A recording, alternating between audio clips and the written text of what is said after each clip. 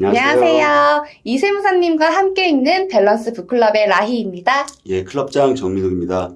밸런스 북클럽은 밸런스 에셋의 독서 모임인데요. 그 독서 모임은 어떻게 진행되냐면은 세무사님이 매달 한 권의 책을 정해주세요. 그럼 멤버들이 다 같이 이 책을 읽고 세무사님이 내주시는 숙제도 같이 하면서 마지막 주 목요일에는 온라인 줌에 모여서 이세무사님은 이 책을 어떻게 읽으셨는지 이세무사님의 특별한 인사이트를 들을 수 있는 온라인 커뮤니티예요. 지난 10월 27일에 줌 첫 모임이 있었죠. 다른 독서 모임과 좀 다른 점이 있을까요? 밸런스 북클럽은 경제, 경영, 재테크 관련 도서만 다루고 있는데요. 이세무사님은 주식 슈퍼게임이기도 하시지만 세무사이기도 하시고 CFP라고 국제공인재무서 설계사 자격증도 가지고 계시면서 보험사도 운영을 하고 계시다 보니까 투자나 재테크 관련해서는 그 누구보다 검증되신 분이라서 이세무사님의 줌 강의를 듣는 것만으로도 책 한 권을 읽는 데 있어서 훨씬 더 수준 높고 다양한 시각으로 이해할 수 있었다는 장점이 있었습니다. 오, 밸런스 북클럽은 경제, 경영, 재테크 도서만을 다루는군요. 네, 맞습니다. 오, 그럼 제가 첫 번째 줌 모임을 소개해드리면 첫 번째 도서는 로버트 기요사키의 부자 아빠, 가난한 아빠 20주년 기념 특별판이었어요. 부자 아빠, 가난한 아빠는 97년 미국에서 처음 출간된 이래로 전 세계 51가지의 언어로 100개국에서 출판돼서 4천만 부나 판매된 최고의 밀리언셀러라서 밸런스 북클럽의 첫 도서로 아주 딱 적합한 것 같았는데요. 워낙 유명한 책이라서 이미 읽어보신 분들도 많을 것 같은데 밸런스 북클럽은 어떻게 운영이 됐나요? 이 책은 총 9개의 챕터로 이루어져 있고 각 챕터마다 이렇게 스터디 세션이 이렇게 있는데 이세무사님이 각 챕터마다 하나의 질문을 선정해서 총 9개의 질문을 숙제로 내주셨고요. 멤버분들은 그 숙제를 밸런스 북클럽 네이버 카페 게시판에다가 올려주셨고 줌 강의에서는 그 질문에 대해서 이세무사님의 생각도 들어보고 멤버들과 질의응답 시간도 갖는 모임이었습니다. 이 질문만 봐도 이 책에 대한 어떤 내용들이 들어있는지 대충 알 것만 같아요. 네. 이세무사님은 그럼 이 책을 어떻게 읽으셨는지 들어봐야겠죠? 이세무사님이 저자인 로버트 기요사키와 약간의 다른 견해가 있었던 부분들이 좀 있어가지고 그 부분에 대한 이세무사님의 생각을 들어보는 게 좋았던 것 같고요. 이세무사님의 말씀으로는 이 책은 받아들이는 입장에서 자산과 부채의 차이 그리고 직업과 사업의 의미를 저자 로버트 기요사키 스스로 다시 정의를 했기 때문에 읽는 사람으로 인해서 약간의 혼동이 있을 수 있다라고 말씀을 하셨습니다. 에? 그게 무슨 소리예요? 그러니까 책의 내용을 곧이곧대로 받아들인다기보다는 각자의 입장에 맞게 해석하고 이해하시면서 생각을 하는 게 좋다라고 말씀하신 것 같아요. 네. 그렇군요. 네. 그럼 몇 가지 살펴봐야겠네요. 네네. 일단 첫 번째 챕터. 부자들은 돈을 위해 일하지 않는다에서 이세무사님은 대부분의 사람들을 일하게 만드는 요인이 두려움이라는 말에 동의하는가? 라는 질문을 골랐는데요. 저자 로버트는 대부분의 사람들이 계속 참고 일을 하는 이유는 하나의 두려움 때문이다. 청구서를 제때 내지 못할 것 같다는 두려움, 해고될지 모른다는 두려움, 돈이 부족할지도 모른다는 두려움이라고 했는데 여기서 이세무사님의 생각은 어땠나요? 결론적으로 이 질문에 대해서 이세무사님은 동의를 하진 않으셨고요. 두려움이 누구를 기준으로 하느냐에 따라서 다르게 해석될 수 있다라고 말씀을 하셨고 직장인 중에서도 일부의 얘기를 하면 맞을 수도 있는 얘기지만 그 외 사업을 비롯한 대부분의 사람들에 대한 표현이라면은 맞지 않다고 생각을 하셨습니다. 그리고 좋아하는 일을 하는 거라면 가슴이 두근거리고 완료했을 때의 성취감 그 일을 잘 해냈을 때 돈도 저절로 따라오는 것이다 라는 생각을 가지고 계셨어요. 오, 그러시구나. 네. 저도 이 부분을 네이버 카페 그 북클럽 게시판이 있죠. 보셨어요? 네. 그걸 살짝 봤는데 거기서도 사람들의 생각이 반으로 나뉘더라고요. 어떤 멤버는 동의하시는 분들도 계시지만 네. 또 그렇지 않은 멤버도 있어서 네. 클럽장님은 이 부분에 대해서 어떻게 생각하시나요? 개인적으로는 저자 로버트 기요사키는 작가이고 책을 많이 팔아야 하는 입장에서 본인이 하고자 하는 얘기를 임팩트 있게 전달하고 마지막 페이지까지 아이캐치를 하기 위해서 도입부에 다소 자극적인 키워드로 두려움이라는 단어를 쓴 게 아닌가 싶고요. 두려움은 모든 인간이 가지고 있는 공통적인 감정이다 보니까 동의를 구하기에도 아주 좋은 키워드였다. 저는 저자의 입장에서는 전략적으로 잘 활용했다고 생각합니다. 그럴 수 있겠네요. 그럼 다음 질문을 한번 볼게요. 금융 지식을 배워야 하는가? 저자인 로버트가 집이 자산이 아니라고 했을 때 어떤 느낌이 들었는가? 만약 당신이 그동안 집을 자산이라고 여겨왔다면 그의 설명을 듣고 마음이 바뀌었는가?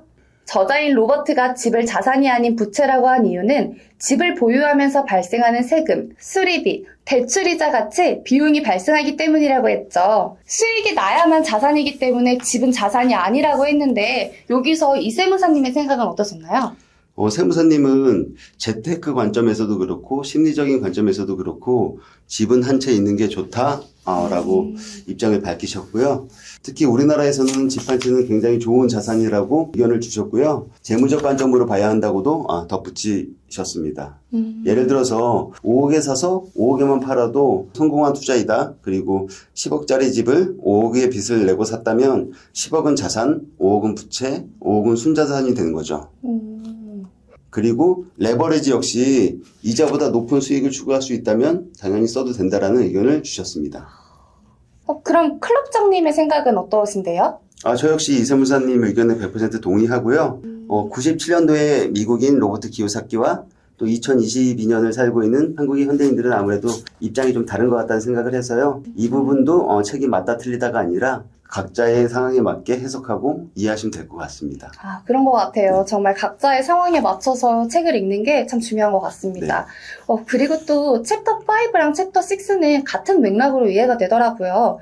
실패에 대한 두려움은 당신의 삶에서 어떤 역할을 하는가? 이거랑 당신의 전문 분야 밖에서 다른 기술을 배우려고 노력한 적이 있는가? 이 부분에 대해서 이세무사님은 어떤 이야기를 해주셨나요? 북클럽 멤버 대부분이 이 질문에 대한 답변으로 실패에 대한 경험담이 많으셔가지고 세무사님이 조금 안타까워하시긴 했는데 책의 내용도 그렇지만 부자가 되기 위해서는 어쨌든 변화를 시도해야 하고 도전해야 하는 게 맞는데 사실 말처럼 그렇게 쉬운 건 아니죠. 맞아요. 도전은 늘 어려운 것 같아요. 이 부분은 이세무사님이 사례를 또 공유해 주셨어요. 다들 알고 계시겠지만 이세무사님은 도전을 굉장히 많이 하시잖아요. 슈퍼개미가 된 이후에도 세무사로서 도전도 하고 CFP 고민재무설계사로도 하고 법인 대표로 회사도 운영하고 계시죠. 거기다 지금 유튜브까지 이렇게 늘 도전을 하셔서 성공을 하셨잖아요. 그렇죠. 근데 이 부분은 사실 개인 편차가 되게 크다고 생각이 들어요. 모든 사람이 이세무사님처럼 이렇게 성공한다는 보장도 없고 그렇죠. 이세무사님과 같은 능력을 가지고 있는 것도 아니고 성실함의 정도도 좀 다르기 때문에 성공 여부가 좀 많이 나뉠 것 같은데 무조건 도전하는 게 맞는 걸까요? 라이 씨의 말도 되게 일리가 있는데 제가 준모임에서 듣기로는 이세무사님이 한 말씀 중에서 그래도 무엇이든 배우면 좋다. 그래서 이런 마인드가 되게 본받을 점이라는 생각을 했고요. 안 되면 어떡하지라는 두려움보다 당장 성과가 나지 않더라도 무엇이든 배우면 좋다라는 마인드가 북클럽 멤버들한테 되게 좋은 조언이 되었던 것 같습니다. 무엇이든 배우면 좋다. 네네.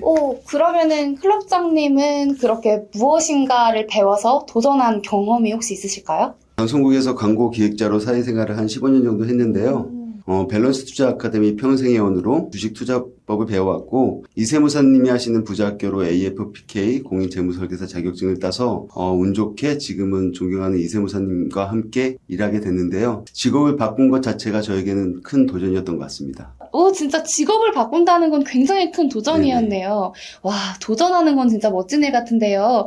근데 아무래도 직업을 바꾸는 것 같은 그런 큰 도전을 하셨는데 좀 두렵진 않으셨어요?